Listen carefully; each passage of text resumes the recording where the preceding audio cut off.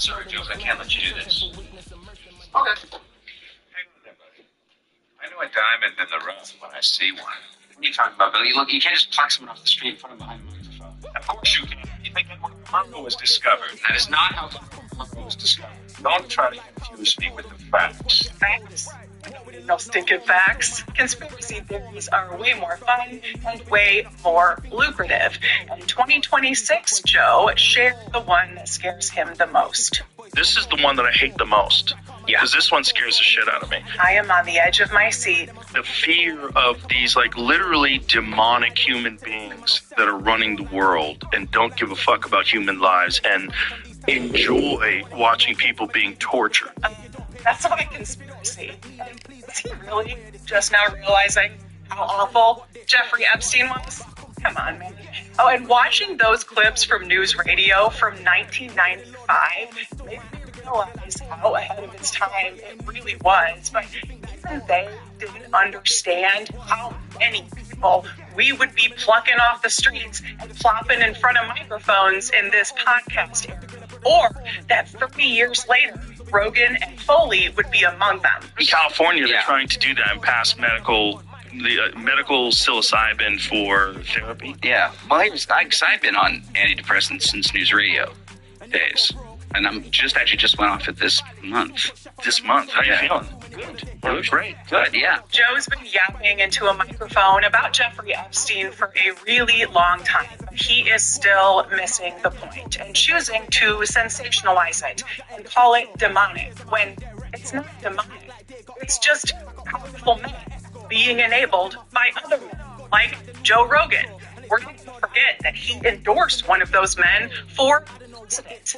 Let's get into Joe Rogan's episode from Thursday and how he is still fueling the satanic cult of the late 1900s and early 2000s. But real quick, have you subscribed to Really American yet? Make sure you click or tap all of the things because I watched a lot of Joe Rogan for this video and I could really use your support. Until today, I don't think I've listened to more than just a few seconds of the Joe Rogan experience, but I'm a professional and I take my job here at Really American very seriously. So I listened to like a whole 7 minutes of this dude talking and it was rough. Let's go back to that clip I played at the very beginning and what led Joe to talk about the conspiracy theory that scares him the most. Like, when you look at your total conspiracy catalog of things that you'd like to dive into, outside of aliens, because everybody knows that, what are your other ones that you like? Well, aliens is the most fun one. Yeah. This is the one that I hate the most. Yeah. Because this one scares the shit out of me. Because the fear of, we talked about this yesterday with Roger, the fear of these, like, literally demonic human beings that are running the world and don't give a fuck about human lives. Once again, it's not demons, Joe. It's just men. And he does go on later to say that this really isn't a conspiracy theory anymore because, duh, of course it's not.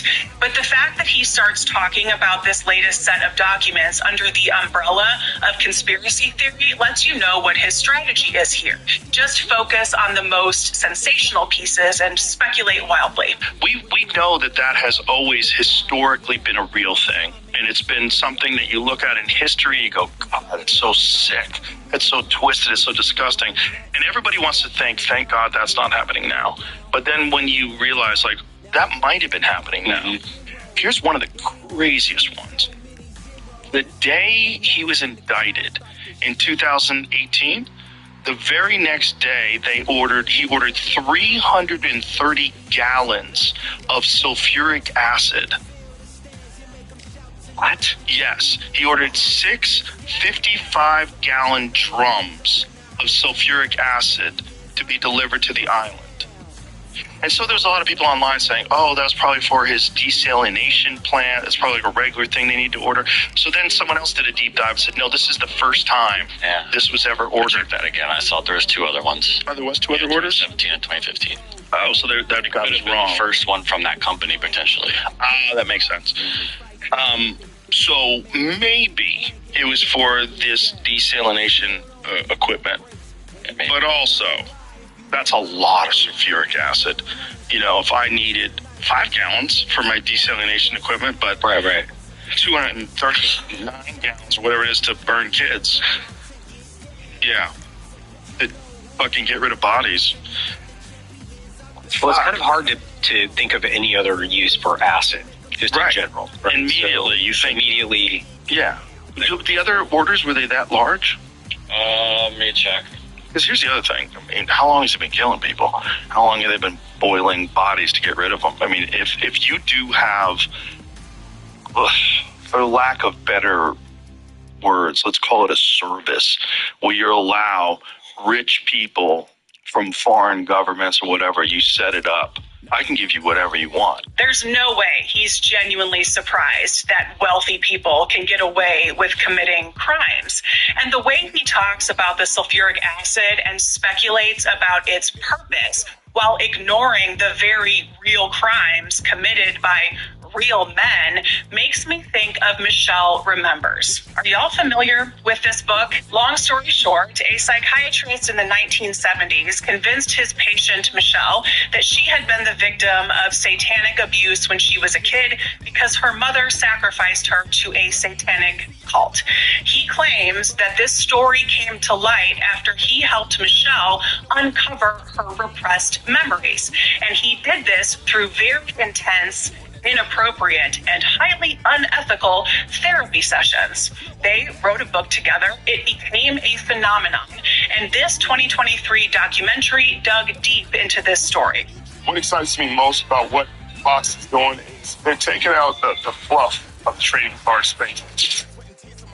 The trading card space is growing fast, man. I've been noticing on social media how big it's getting. Yeah, I think Box is really changing the game. A digital platform where you can really rip packs at home and kind of decide what you want to do before you make a move. And opportunities to search out, pinpoint what you may be looking for as far as certain cards. And keep opening and reopening cards until you find something you like. I think that's brilliant, man. I think that's something that's everyone's going to like. My favorite part of the day is obviously, pulling myself. I thought that was dope. I grew up seeing these, and now I just pull myself. It's crazy. The machine aspect of it, that's very cool. I feel like that was a great idea. You get the dopamine, you get the adrenaline going through your blood to, be able to pull something good. You get a green, it's like, but then you pull that gold and it gets you going. It starts making you sweat, gets your heart racing. I wish I could do that again. What a feeling. What elation. Made my day.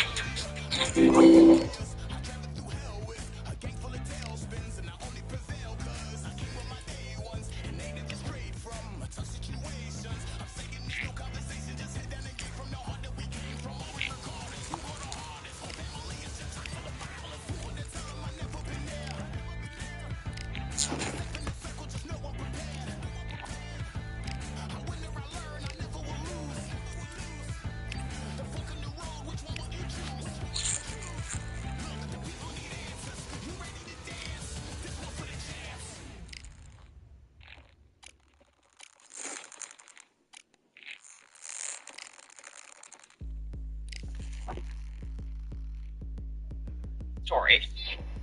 Victoria is Michelle Smith, a one-time victim of abuse by a satanic cult, and Dr. Lawrence Pastor, the psychiatrist who helped her come to terms with that nightmare. The book is called Michelle Remembers. Michelle Remembers. We wrote it together. Yes. The first publicized account of such rituals. They would put me in cages, sacrifice animals, eating feces, dismembering fetuses. These were things that you experienced. That's right. Who are these people? Well, they're a secret organization, they're a secret society.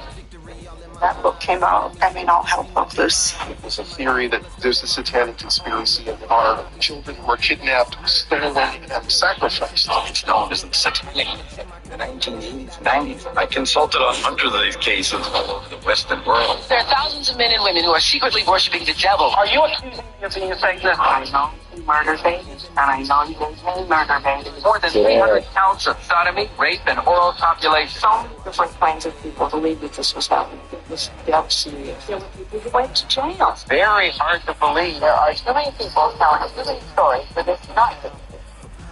And all of this was started by this book. As a result of the popularity of Michelle Remembers, a slew of other people, mostly women, also started uncovering their repressed memories of satanic ritual abuse. But the reality is that many of these women were abused, but it had nothing to do with Satan.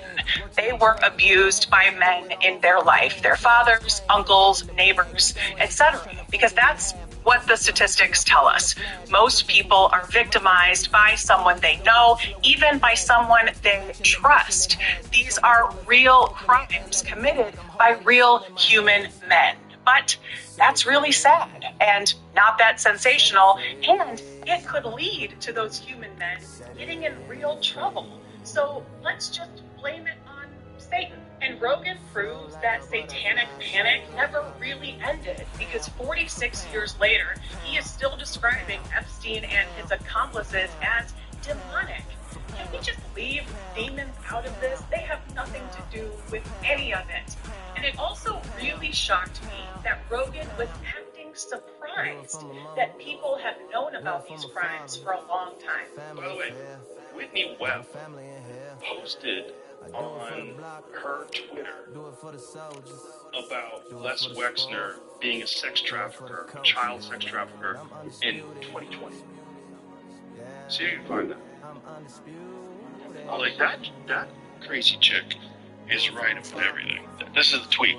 Your reminder that Leslie Wexner financed the mass rape and trafficking of thousands of American children for over a decade, and right now he is sitting in a 26K square foot mansion in New Albany, Ohio, thinking that he is above the law. She tweeted this in April 28, 2020. How crazy is that? Shit. Two pizzas and two sides for just $19.99. Domino's perfect combos got you covered. Figured one out. Secret. It's secret. Who's conveniently sponsoring today's video? Deodorant. 3 days ago, you had that big presentation that you were stressed out about. I shouldn't bring you cement. And today, it is 90 degrees outside, and you are bone dry. Okay, so I got a little suspicious as to why you were getting 3 times the sweat protection. So I did what any reasonable human would do. I looked through your gym bag in your car, and I found your secret. You broke into my car, so I bought my own, and I was right. You should try it out too. So your secret is that it was never a secret. You should have just asked me. Oh, yeah. You should probably go check on your car. You might have broken the car handle.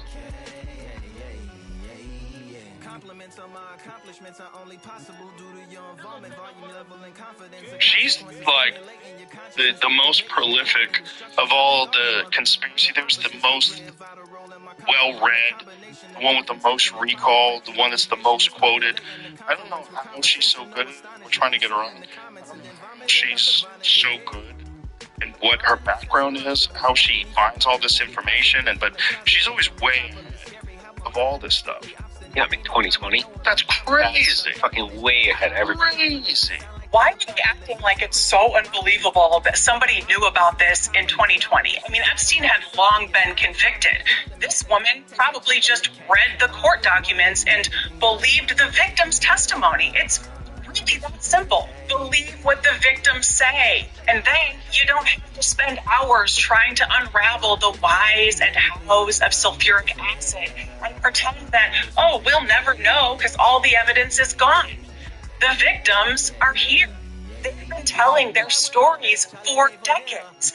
Let's take the Occam's razor approach here. The simplest explanation is probably the truth. Powerful adult men manipulated children because it's not that hard. They're children.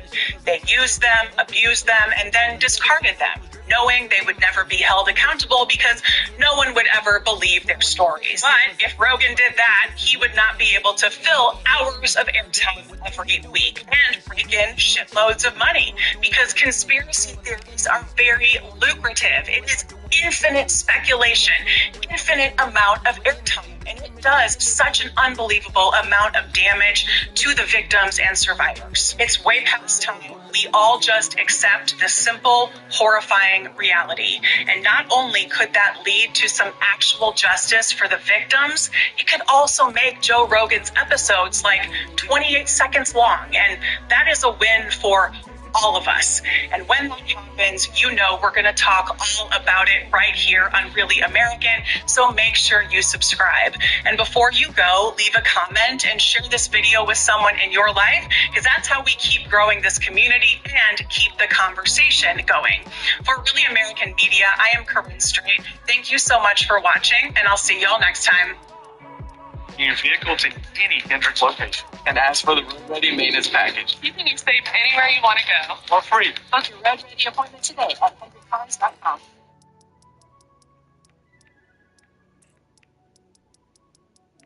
Never sue the person who hit you after a car accident. I just got $100,000 for an accident I was in last month, and I didn't sue, I didn't have to go to court, and I didn't have to deal with insurance directly. Listen, if you've been in a car accident recently, most people have no idea there's actually a way to get massive compensation without any of the traditional legal hassles. Everyone thinks they only have two choices after an accident: accept whatever crumbs insurance throws at them, or hire expensive lawyers and spend years fighting in court. But there's actually a third option that's helping accident victims get life-changing settlements in just weeks. After my accident, insurance offered me $7,000. I was frustrated and didn't want to deal with the stress of hiring lawyers and going. With the latest poll results from AP Nork showing that Donald Trump's approval is like 36%, although it is 4 points better than J.D. Vance, and the Americans absolutely furious at everything that Donald Trump is doing. What is Donald Trump out there saying today? He's back on the Greenland thing. We need to take over Greenland. Greenland's going to give us Greenland. This is what he's doing today, and I think anything not to talk about the Epstein files at this point, anything not to talk about Pam Bondi's horrible testimony. Let's play this clip.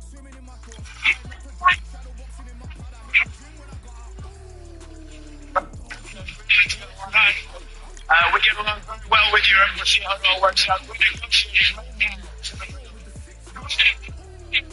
That's what we're doing, negotiating right now for Greenland. That'll change the topic and we won't talk about Epstein. Then Donald Trump says the Democrats have gone crazy. They're lunatics. Everyone's a lunatic. I don't know. Maybe put up a mirror there, Donald. Here, play this clip.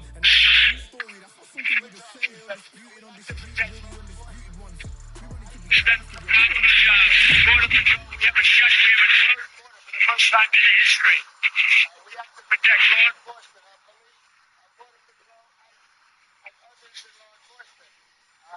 And I'm very much, I know what they want. I know what they can live with. The Democrats have gone crazy. They're radical left lunatics. That's why their cities are so unsafe. The blue cities are the cities that are unsafe. So we have to protect our law enforcement. Which, of course, is false. There's now going to be another partial government shutdown. Just take off the masks of the ICE agents, put body cameras on them.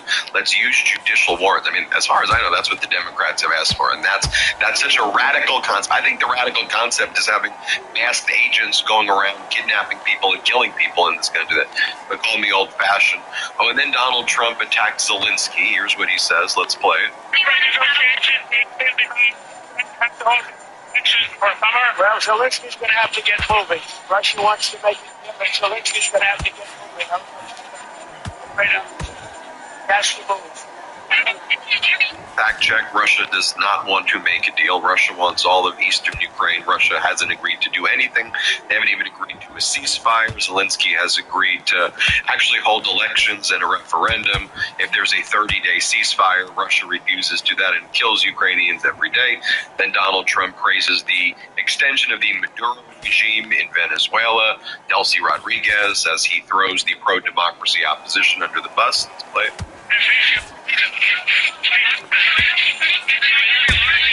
On Venezuela, do you think recognizing Delcy Rodriguez as the well, right now we have we're dealing with them. And really, right now, they've done a great job. He's done a very, very good job. The relationship is strong. The oil is coming out. There's a lot of Yeah, and the oil's going to a bank account that Donald Trump has in Qatar. not in the United States, a Qatari bank account for himself, and that's an extension of the Maduro regime. And Delcy continues to say that Maduro is still the lawful president, which could likely result in Maduro having his case dismissed by claiming diplomatic immunity in federal court. And then Donald Trump's asked, well, what do you make about the airspace closure over El Paso? Right? I mean, you have the Department of Defense shooting lasers at birthday party balloons and then blaming it on Mexican cartels. And Donald Trump just says, you know what? People learn. Just a mistake. Play this clip. You, just you, building your app on base 44. Learn. Just a mistake. Play this clip.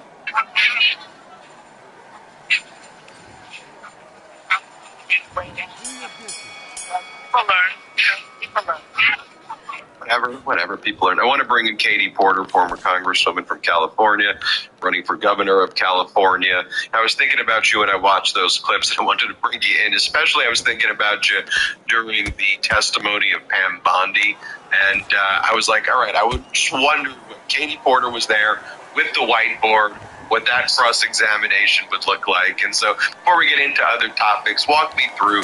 You have the whiteboard. You see those clips there of Donald Trump. You saw what Pam Bondi did. I don't even know what that even was regarding the Epstein files. What would your strategy be? Well, I mean, I think people just want to hear straight up, which is, that's nuts. No. Like, Greenland, not making my groceries cheaper. Talking about mistakes in birthday party balloons, not bringing down my housing costs. I mean, there's so much distraction, but I think what you see in the polling is people aren't buying it. Even Republican voters and Republican-leaning voters, they're starting to see through. It's where we stand. I think about Donald Trump as a movie that's just too long. Like it was... You know, people watched it for a little while. They were like, ha, this is entertaining. I think people have seen through it, and I think they're fed up with it. Even those people who voted for him, I think we're seeing a real fissure even within the Republican Party here in California between sort of those who want to just worship Trump and those who are like, can we not do better? Yeah, you know, everybody knows you're running for governor of California. You know, I note that when we're recording this interview, you have Governor Newsom right now from California in Munich. You know, kind of serving as a shadow president, if you will, and kind of representing the biggest state, most populous, highest GDP, the fourth largest GDP in the world. Just curious what your view is, how Governor Newsom has positioned California as really the contrast to what Donald Trump is doing, and has projected California basically as its own country on the world stage, whether it was in Davos, whether before that it was at one of the Brazilian climate change conferences, and now in Munich. I think more what Governor Newsom's doing here, I think people are hungry for real leadership. They're hungry for people who aren't going to spew nonsense. And so people, I think he's being a representative of America, he's engaging. There's a long history of California, particularly on issues of climate, but also on issues of border safety, of California engaging internationally. This was something Jerry Brown 1 did when he was president the first time. And so I think people want that leadership. They want that steady hand. They want someone who's going to be thoughtful. They're not getting it from Donald Trump. They're not getting it certainly from J.D. Vance. That's really not in any corner of his administration. I think that's a big contrast between the Trump 1 presidency at this point and this Trump presidency. There were still a few people hanging on in his first presidency who were trying to do the work of government and to be smart.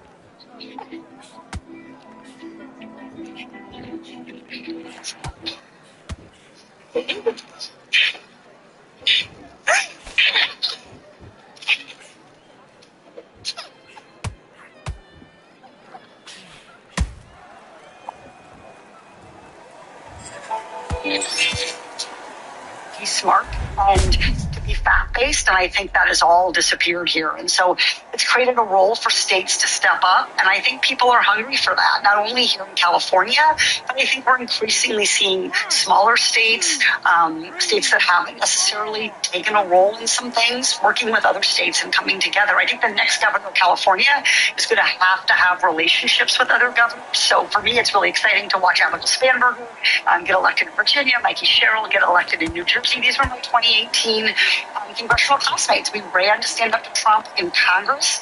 We understand now we're going to have to come together to do it as governors. I think that one of the main things when you run for governor or any position of leadership right now in the Democratic Party with the Democratic base is, look, this is a fascist takeover right now by this Trump regime. This is authoritarianism. Deliver me a world without Trump. But that alone can't just be the message that it has to be. And then deliver me a world with ...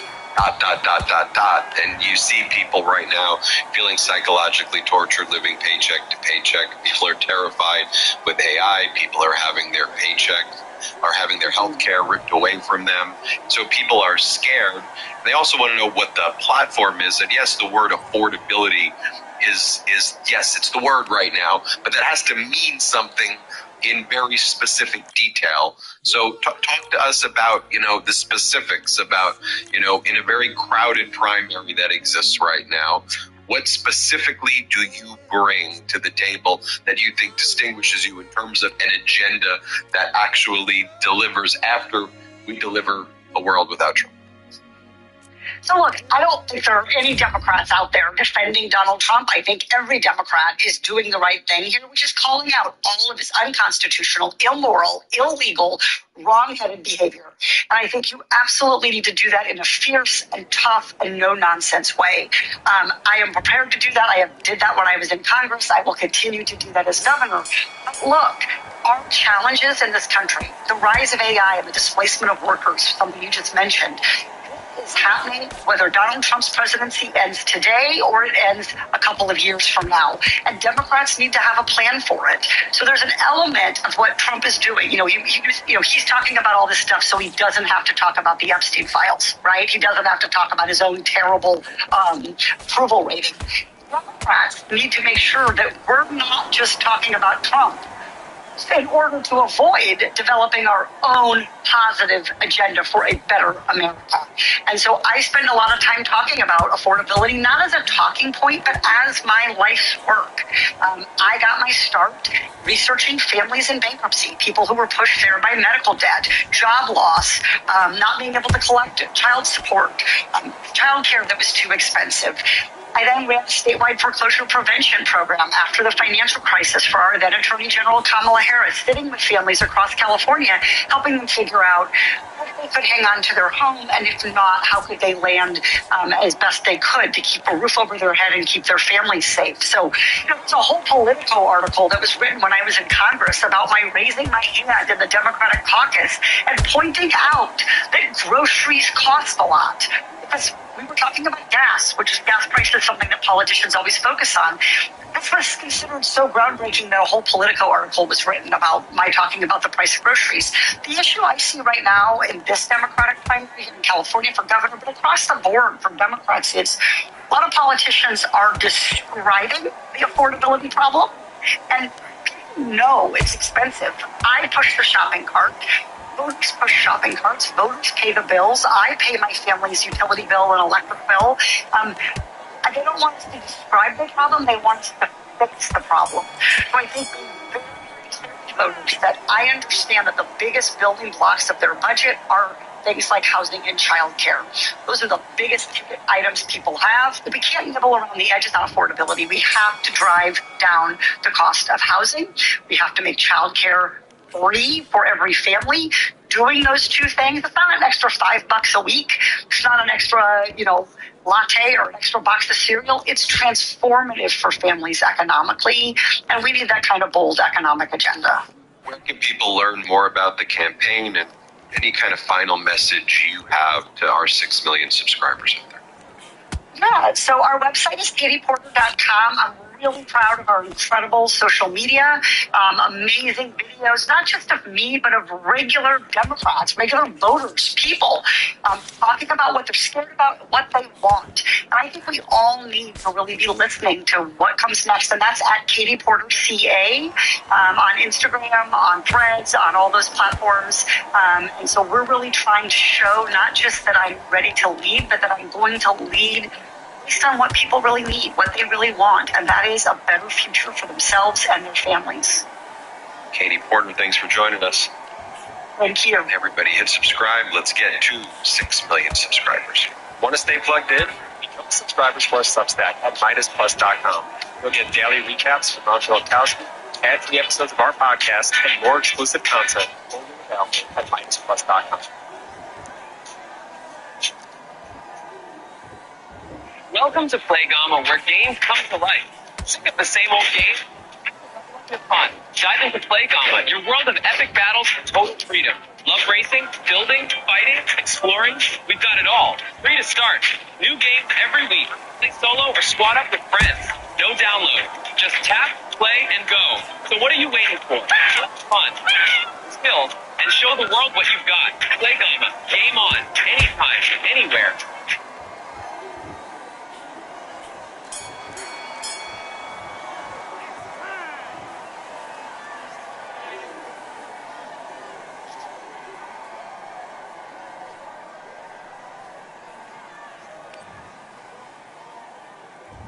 Even Donald Trump's former chief of staff is saying that Trump and MAGA is about to get wiped out in the midterms. Former Trump chief of staff during his first administration, Mick Mulvaney, said, "Kiss the midterms goodbye, Donald," especially after you post that racist meme of former President Obama and former First Lady Michelle Obama with their faces photoshopped over apes. Yeah, you're done, Donald. This is from Donald Trump's former chief of staff. Here, play this clip. The point is this, is that we won't show it, and I respect that, and I agree with that decision.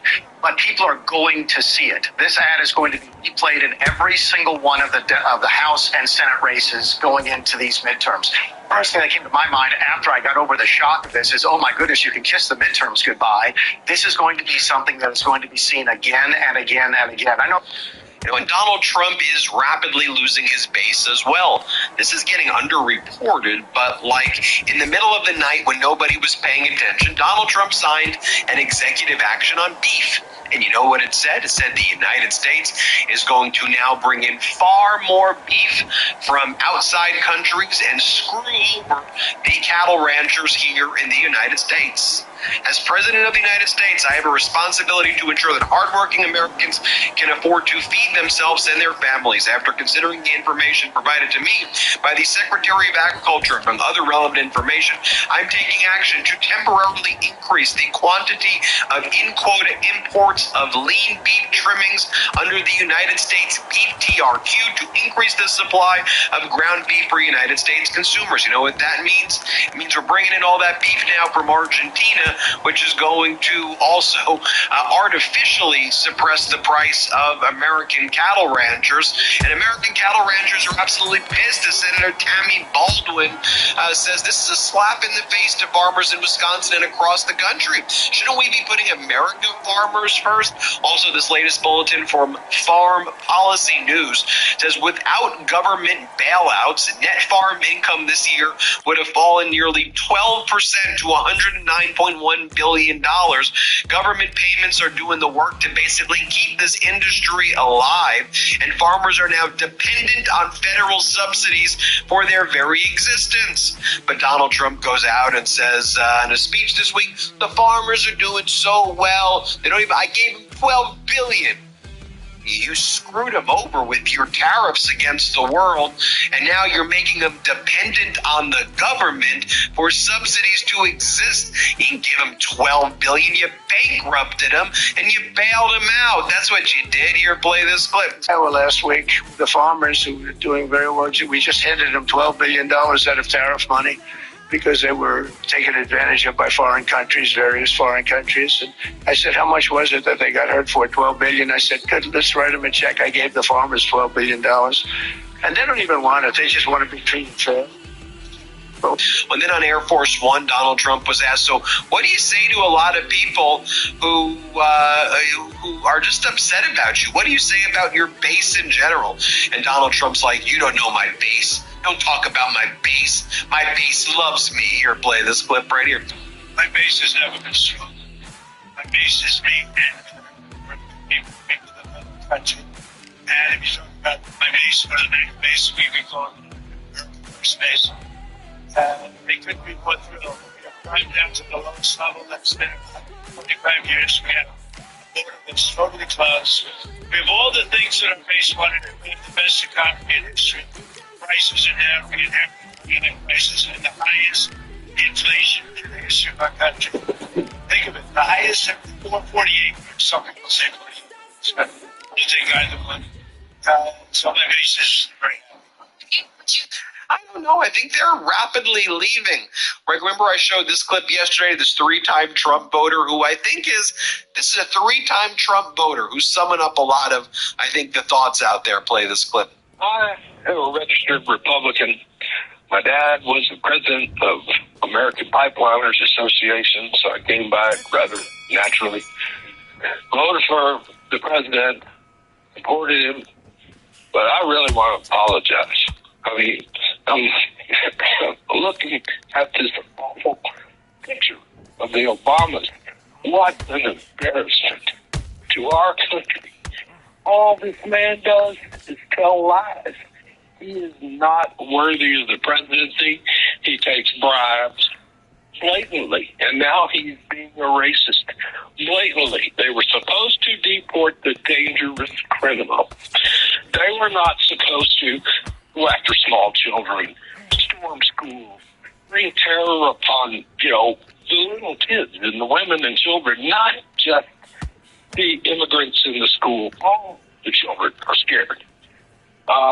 This is not a decent man. This is not an honest man. He openly takes bribes. He's pathetic as a president, and I just want to apologize to everybody in the country for supporting this rotten man. John, did you vote for him in all 3 elections? I did. I was sucked into the stupidity of creating jobs. What's up, guys? It's Kendrick Bourne. We're Box, about to open up some cars. You never tried to open a pack for your show? No. Brian Robinson, my God. It's been wrong. Now we're going to take a look at the digital evolution of where we're going. That's fine. I did. I was sucked into the stupidity of creating jobs. So, as Trump is tanking in the polls across the country right now, as he's absolutely flailing, as it appears like it's going to be a blue tsunami wipeout, like a blue tsunami wipeout that we've never seen before, what people are worried about is Donald Trump trying to block the midterms, stop the midterms, threaten people from voting by putting ICE and Border Patrol, Gestapo around the polls. And Donald Trump's buddy, good friend, Steve Bannon, who Donald Trump has been praising recently since the release of the Epstein files, where Bannon's like all over them, wants to rehabilitate Epstein's image and seems to be back-channeling communications potentially with Epstein and others. Bannon said, and Trump's like, I'm a big fan of Bannon. He posted that photo recently. Bannon's like, as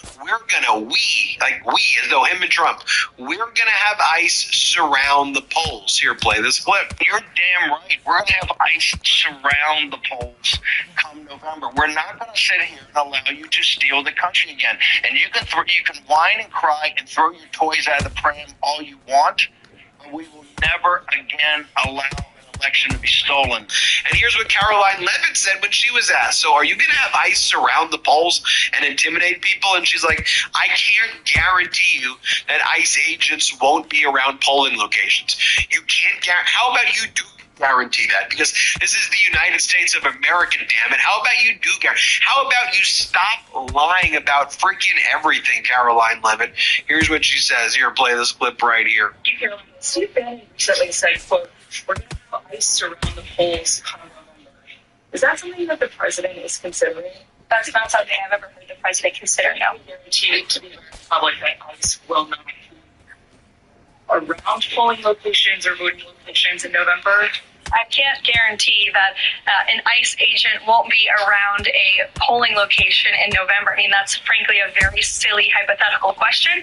But what I can tell you is I haven't heard the president discuss any formal plans to put ICE outside of polling locations. It's a disingenuous question. So I want to speak with Adrian Fontes, the Secretary of State in Arizona. I've known Adrian Fontes for about 5 years now. He appeared on Midas in our very early days. Then he had a clip that went viral. He was a marksman instructor in the Marines, and he talked about how he trained lots of people in the Marines and how to use weapons, and how we need common sense gun reform to have the similar types of training when it comes to civilians having the same weapons. Why is there a manual in the military but no manual for civilians? And why is the training different when it comes to physically using the weapon of war? I want to bring in Adrian Fontes though to really talk about these elections, what he's doing to safeguard in Arizona, what he's seeing in Arizona, shifts in this red state, in this purple state. Once a red state, now bluish, well, but purple. It's a purple state. Let's bring in Adrian Fontes. Adrian, this is an interview I did with Adrian Fontes yesterday. Now I want to bring in Arizona's Secretary of State, Adrian Fontes, my good friend. Secretary of State Fontes, good to see you. A lot of people are fearful right now